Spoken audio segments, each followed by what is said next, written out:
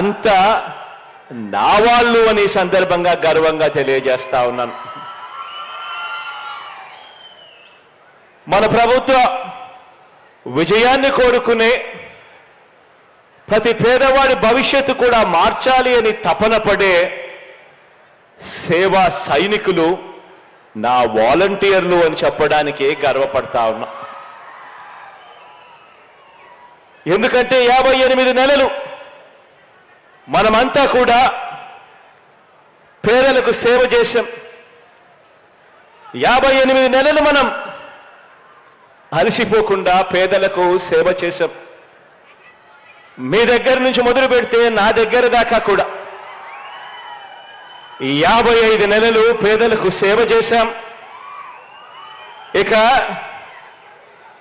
2 నెలలు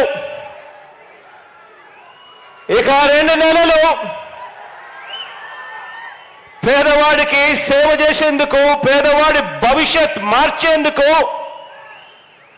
యుద్ధానికి సిద్ధమా అని అడుగుతా ఉన్నాను.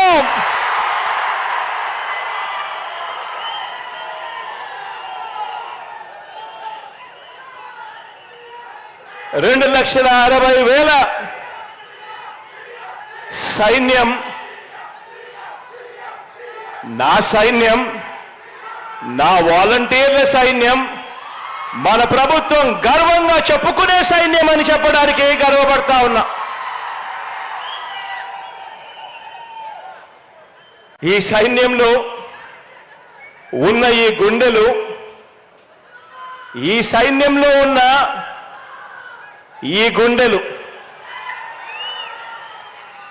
తెలుగుదేశం పార్టీ మాదిరి వారి జన్మభూమి కమిటీ సభ్యుల దోపిడీ గుండెలు కావివి.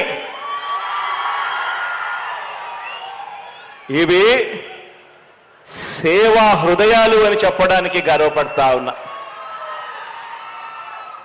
ఈ గుండెల్లో మానవత్వం ఉంది. ఈ గుండెల్లో లంచం లేని వ్యవస్థ తీసుకొని రావాలి, వివక్ష లేని వ్యవస్థ తీసుకొని రావాలి అని తపన, తాపత్రయపడే గుండె ఈ గుండెలో ఉంది అని చెప్పడానికి గర్వపడతా ఉన్నా. ఒకటి గమనించమని చెప్పి మిమ్మల్ని అందరినీ కూడా కోరుతా ఉన్నా. తెలుగుదేశం పార్టీ అధికారంలోకి వచ్చాక 2014 నుంచి 2019 మధ్య ఆ చంద్రబాబు నాయుడు గారి హయాంలో, ఆ తెలుగుదేశం పార్టీ పాలనలో